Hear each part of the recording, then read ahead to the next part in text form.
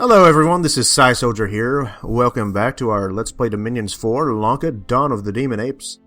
It is now early summer in year 7 of the Ascension Wars, and you can see here we have completed 2 levels of research in Conjuration. So we are jumping up right there pretty nicely.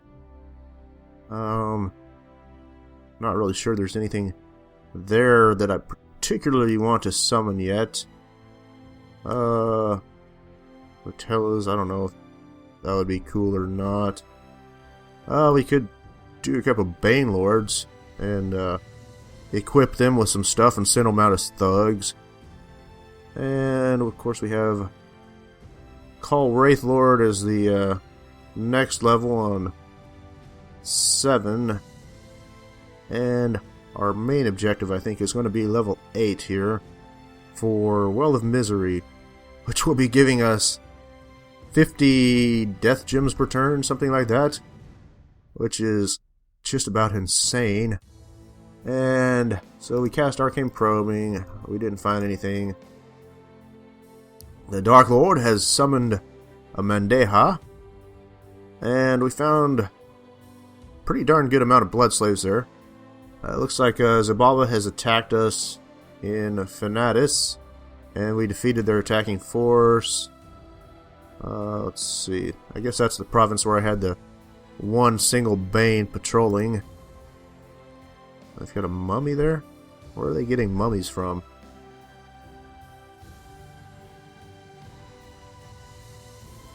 Not that the mummy is going to do much good against a bunch of long dead.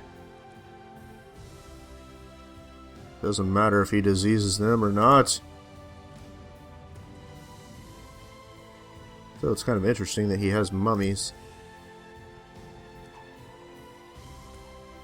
A dead mummy? He had a mummy. So yeah, that's already over here. And we had a battle in Terrace Peaks here. Yes, that's the fortress that we have under siege. They were apparently trying to break the siege. Didn't go very well for them. We've got lots of Bane fire crossbows being fired at them. And we have a few imps that are being generated as well.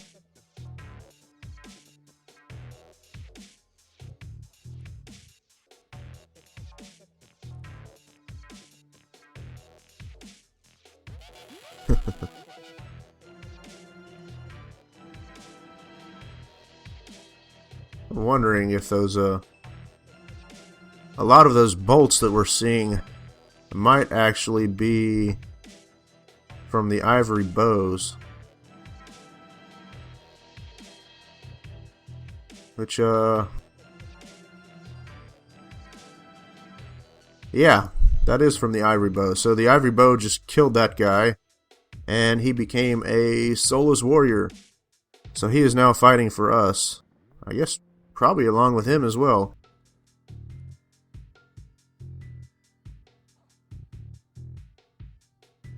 We're killing our own imps here, though.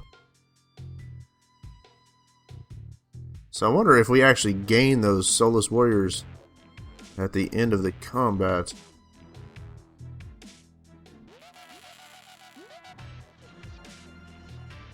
I have to take a closer look at that and see if they stay under my command.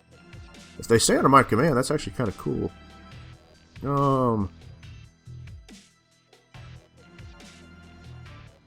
One soulless warrior was gained. So yes, if we kill our enemies with that ivory bow, they actually stay under our command. That's actually kind of cool. So they permanently become members of my army if we kill them with those things.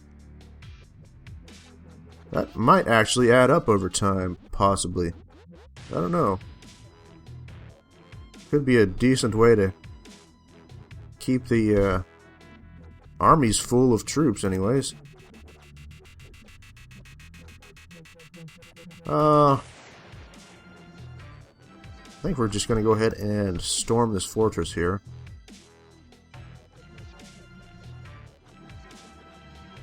And should have a few Banes in here, I think, to go ahead and assign some troops to.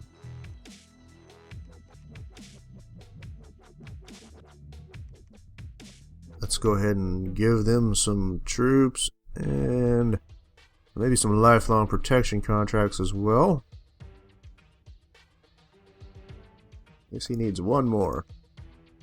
Alright, put him in a line formation. And let's go ahead and give him a lifelong protection contract. Let's give this guy some troops. And we'll put them in line formation. And we're going to give him a lifelong protection contract. What are these boots that he's got? Chi shoes. He doesn't need chi shoes.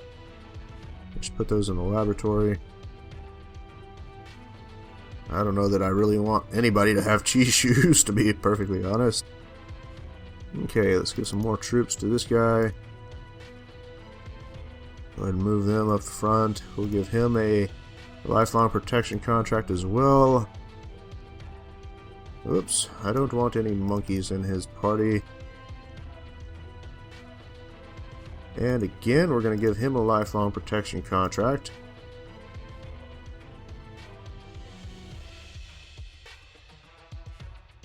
Okay, so we got one more here.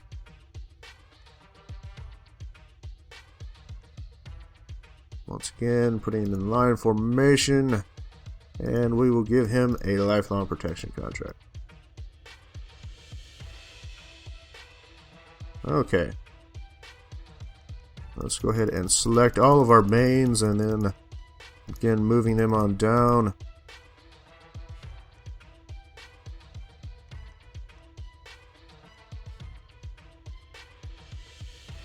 Okay.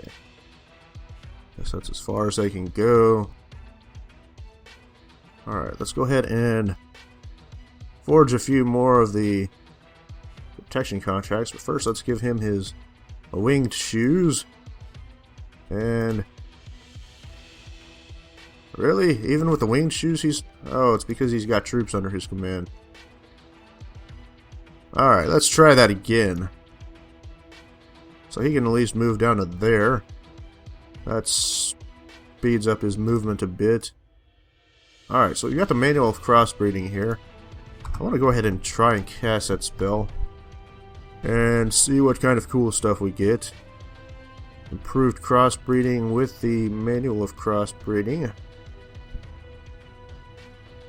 Slightly interested to see the results in that.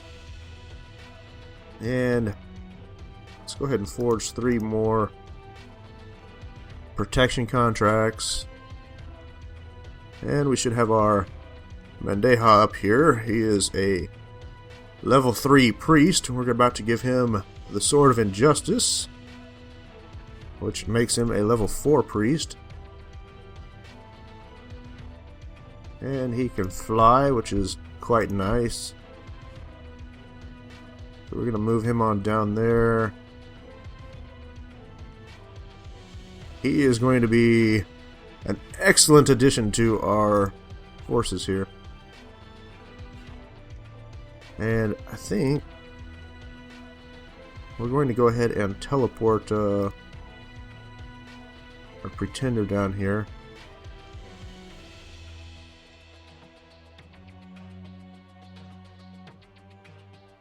So we're not going to be doing any amazingly fun stuff with our pretender this turn. Let's see if this guy can cast Arcane Probing. Looks like he can. They are still casting Arcane Probing from where they're at, so they're good. Let's have these guys research for a turn, just because Unrest is starting to get a little high. Looks like Unrest on these places are still good. Alright, so got a couple priests that need to be set to reanimate. There's one.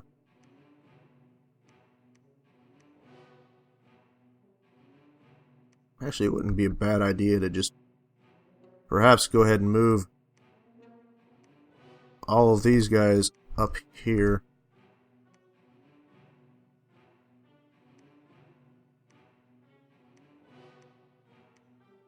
Can even recruit a priest there, actually.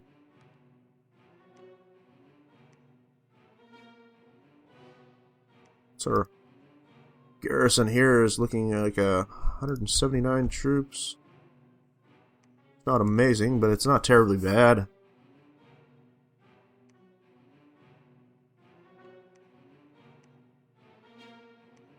Okay, he can reanimate. We got 189 there. Let's have him research. He can research. And he can research. The same with him. And she can research. Let's go ahead and recruit some of these sorceresses here too, I think. Looks like it takes 2 turns to recruit them. So, that's bad news and good news. The bad news is it takes 2 turns. The good news is we're not going to go through the gold as fast. Alright, so we are storming the castle there. Still got him patrolling. We're going to have a lot of Banes arriving in that province this turn to pick up some more troops. We will have level 7 on the next turn. Unless I decide to go ahead and switch some guys over to doing some reanimation here. But I think, yeah, we're pretty good anyways on the amount of troops that we've got. I don't know how many of the little Marcata monkeys we have mixed in there. 300 something, so that means I've only got about 900 troops there.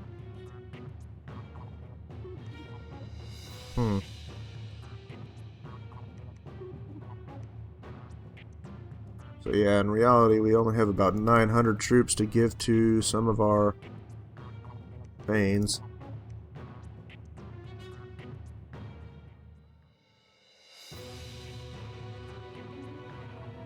But that's still enough to outfit 120, 240. It might even be close to all of them here.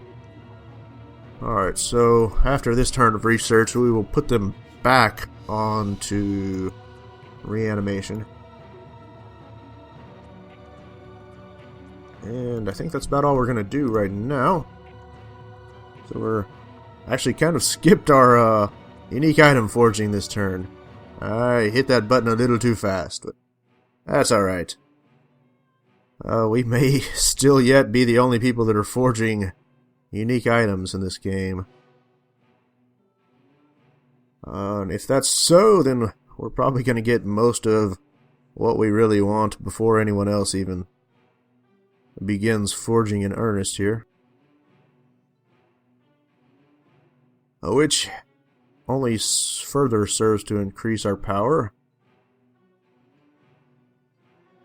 And it did look, last time I was looking at the score graphs, that Cetus may be going down some. So I think they're in a battle with Ulm, and it looks like Ulm may very well be winning that war there.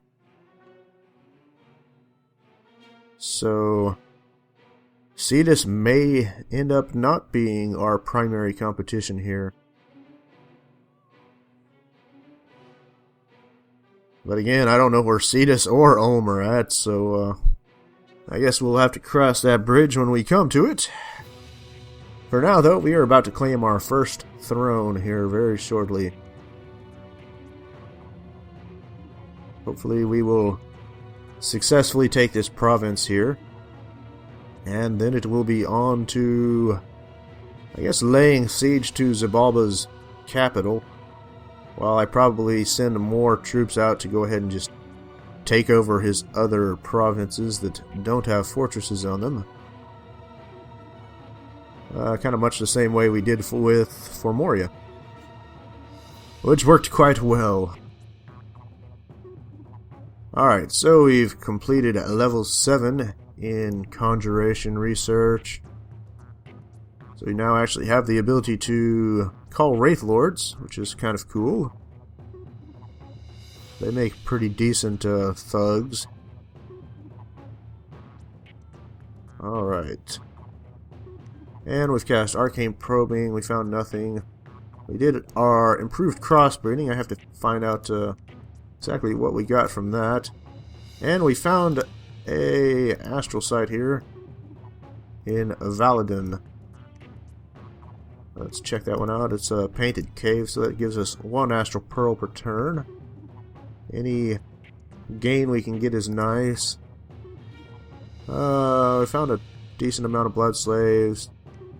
Had a battle in Fanatis. Our forces have defeated the attacking force from Xibalba. A battle in Terrace Peaks. Apparently they were trying to break the siege, but it hasn't gone well for them. Got a fiery imp.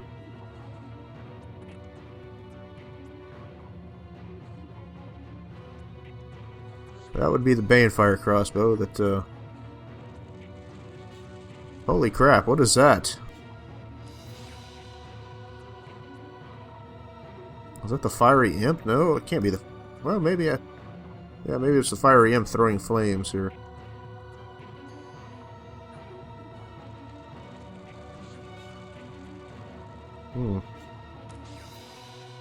Anyways, we have a fair number of...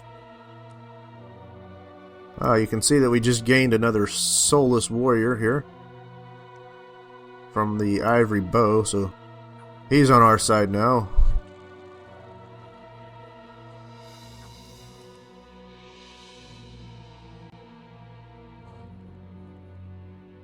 And we almost killed that fiery imp there. Was that a vampire? Well, they might have had a couple vampires mixed in there.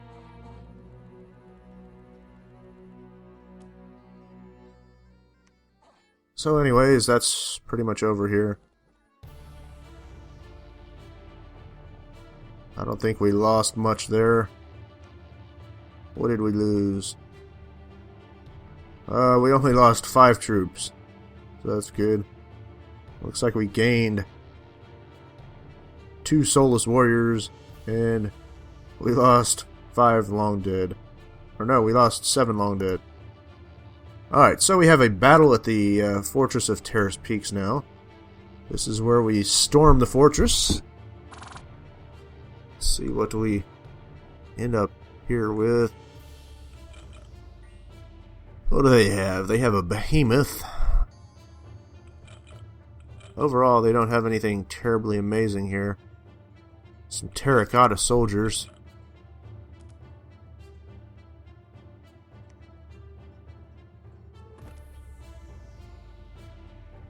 I think we're firing an ivory bow there.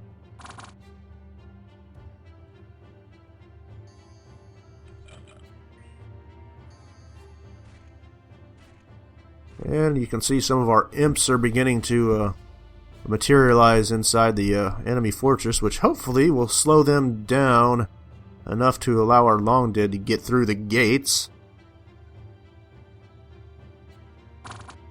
That will be good news.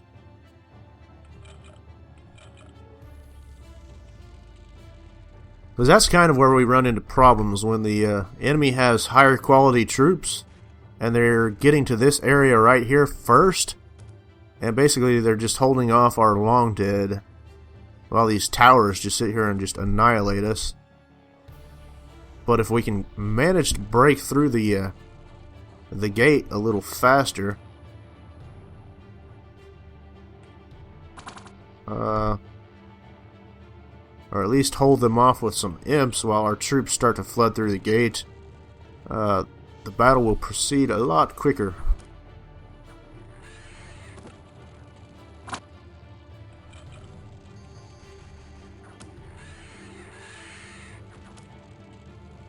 I think we just killed their elephant, I'm not sure. No, we didn't kill the elephant. Well, we killed it now.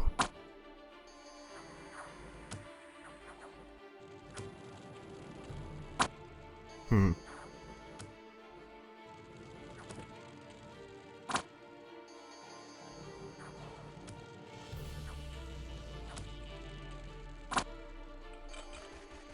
Alright, how many mages do they have here? Oh, well, that guy right there, he's probably doing most of the summoning. He's, fatigued, though. This guy here, he's got death, too. He's not terribly bad. If we could get some imps in here to, kill that guy, that would be wonderful.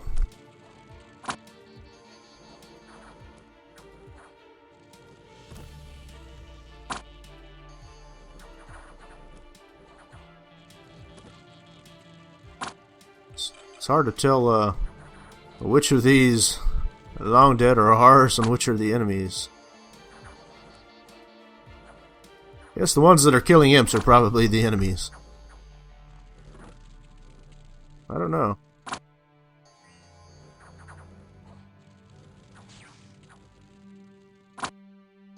Anyways, pretty soon I think some of these guys are going to start to route here and head for the hills. So a lot of these terracotta soldiers are damaged.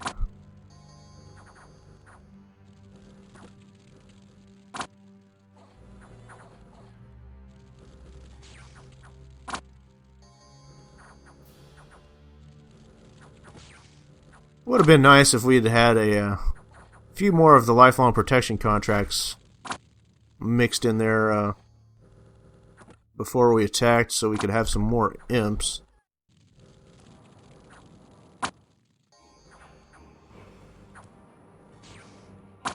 But I think we've just about mopped up what's left of their defending forces here.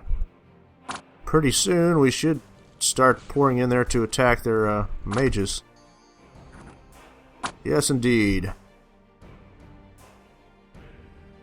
See, our storm demon actually moved in and started attacking.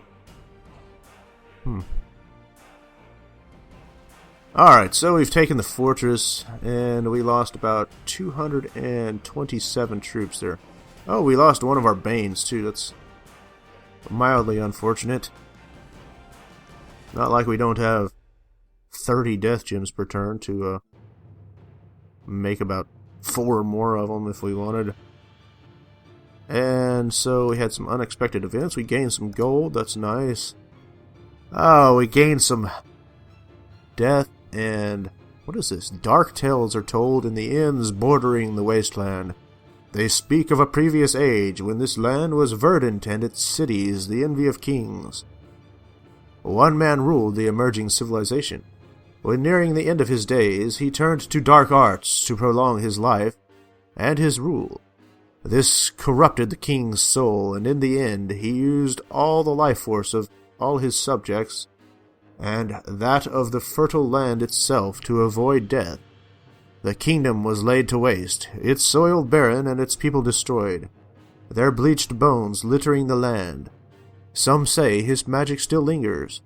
Some say the ruins deep in the wasteland are no longer silent, and that the lamentation of its long-lost inhabitants can be heard faintly by the desert wind blowing from the east.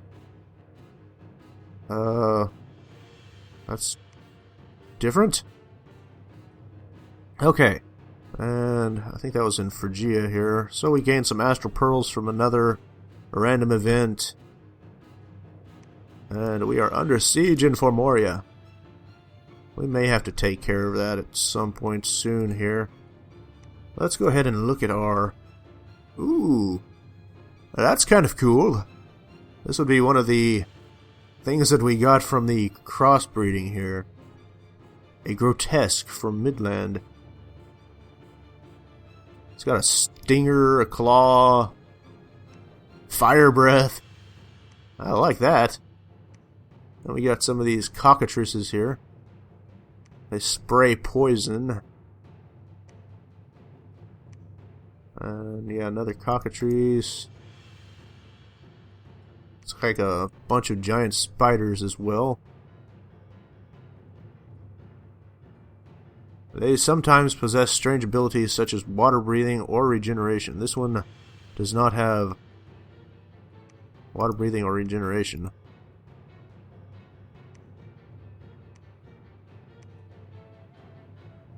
Huh. Oh, I definitely like that. That one's nice. If we're going to get stuff like that from crossbreeding, we may go ahead and cast that a few more times here. If I have a province with some luck, that would be even better.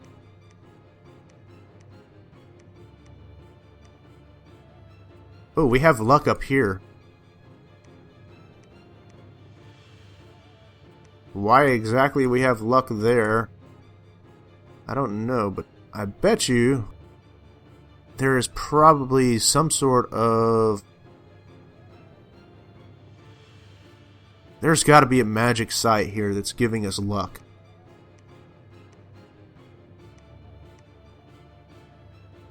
What exactly that would be, I don't know. I'm going to have...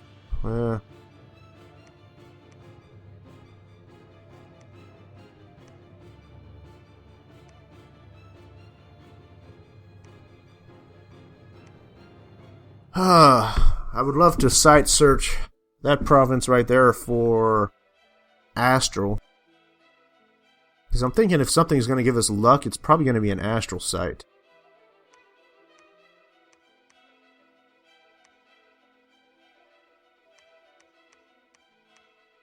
But if we did go ahead and move our crossbreeder into this province right here, we would probably have even better results, actually.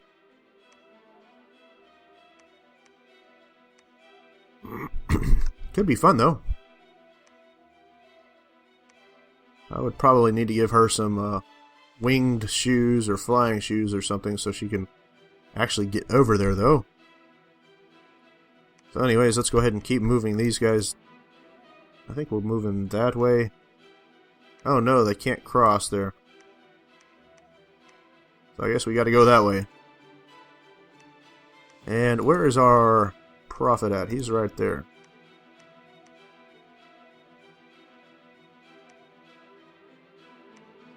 Alright, I think we're going to go ahead and attack Xibalba in their capital there. I could go ahead and split off some forces here. This might not be a bad idea. But first, let's go ahead and assign some troops to our Banes that have arrived here. And we're going to give him a lifelong protection contract as well. Throw them into lion formation. Do the same with this guy.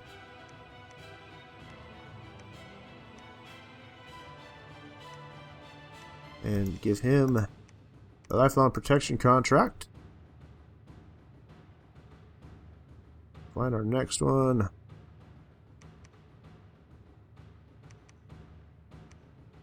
Whoops. Didn't mean to give them to him. Lion formation. And let's give him a lifelong protection contract.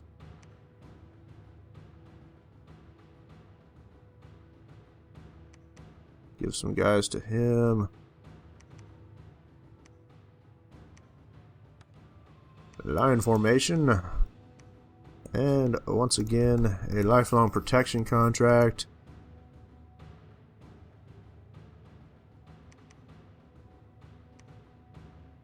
Lion formation. And hey, that's our last lifelong protection contract.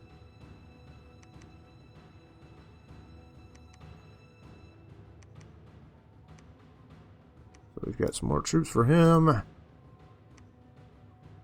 And I think we'll have enough to give this last guy some troops as well. Lion formation right there.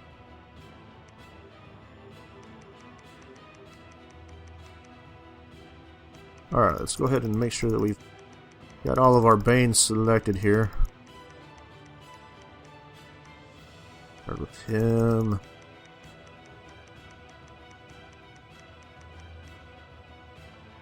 And select him. Move him down there. And I guess we can go ahead and move him down there. Hopefully nothing happens to stop these guys, because if anything happens, if say the enemy attacks us right there and they get stopped, this guy is going to go in here all by himself, which we don't want. But we're just going to take a gamble on that. So now, we are going to have our Pretender here cast the ritual spell. Where is it?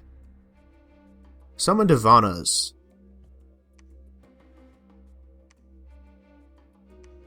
That might be fun.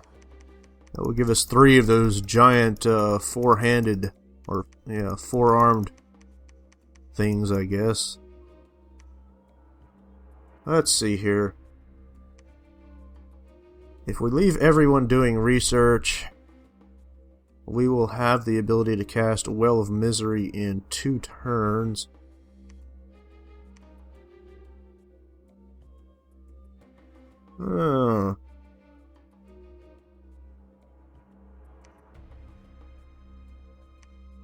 I guess we are out of troops now, so we're not going to be able to replace our losses.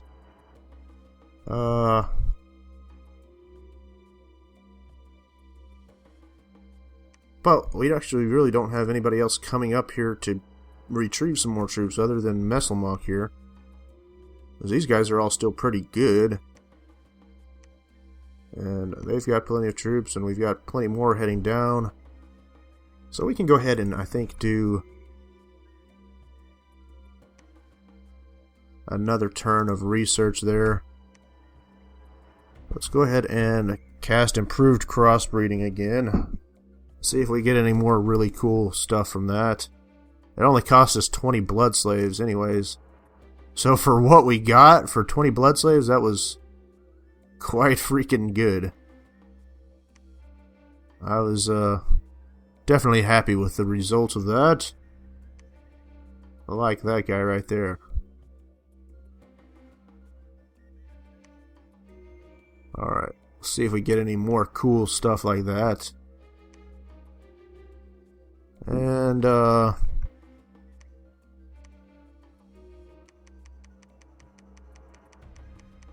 we are summoning some Divanas with our Pretender. Doing plenty of research. Let's have this guy research.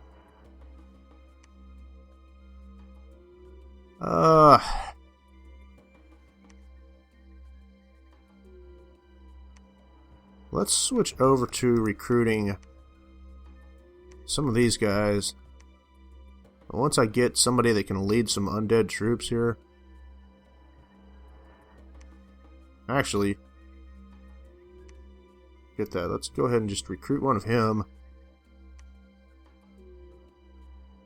He can lead about 180 something troops. Let's get some Kalamuka warriors here.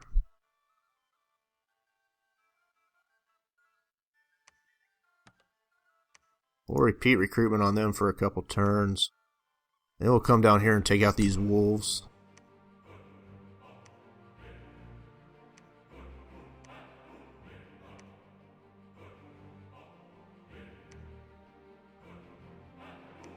Okay.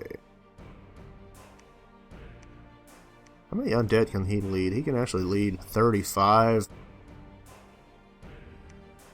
And he's got 85 in that province.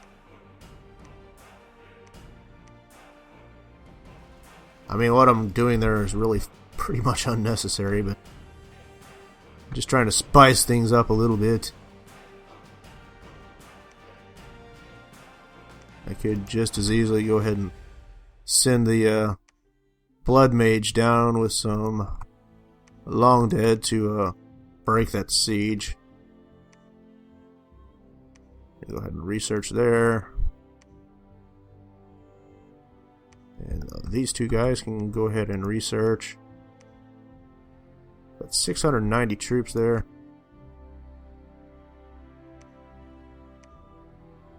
And have him research.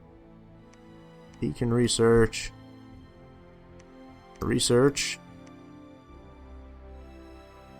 And research there. Looks like we've started to do about all the arcane probing that we can do.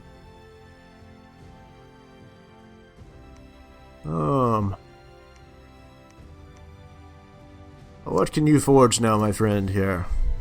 You can do the wound flame.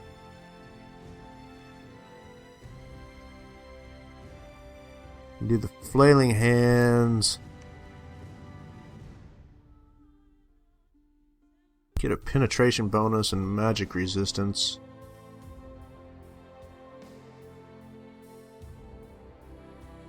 Extra effect on hit is fear and cold.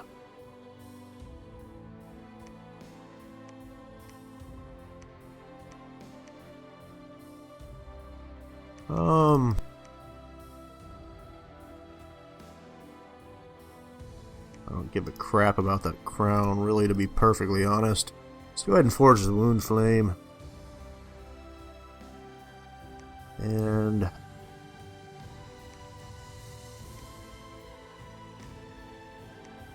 what has happened to...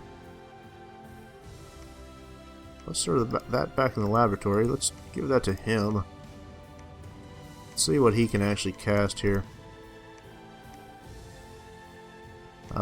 Cast a ritual spell.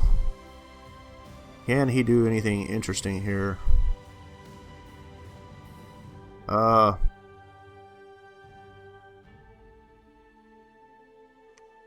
that... Wait a second. Okay. He can actually summon some Divanas as well.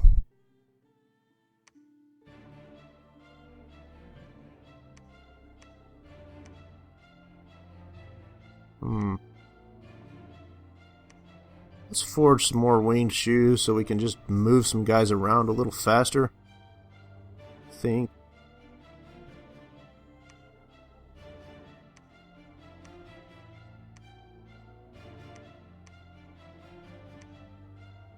And I can have him for casting that Divana spell. How many of these can he lead these crossbreeding guys? Yes, he can. So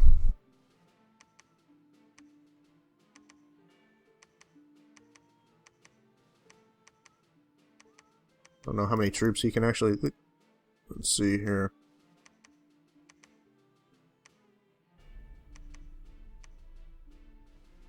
How many can he lead? He can lead 100.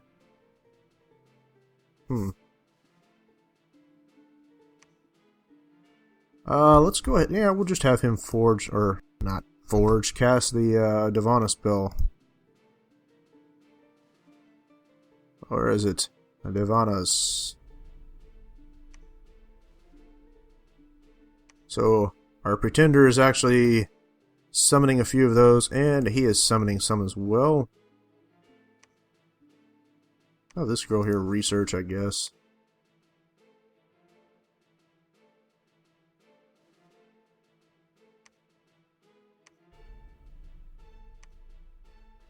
Alright, so we should have a battle in Xibalba very soon here. And we are going to do research for one more turn. That's going to put us very close to level 8. So I can actually switch all these guys back to reanimating when I'm done with that. And yeah. We'll probably finish taking over what's left of Xibalba's provinces pretty quickly after his capital falls. So we're going to go ahead and end this video here. As always, if you enjoy our videos, I hope you'll like and subscribe, and we will see you again soon. Thank you very much.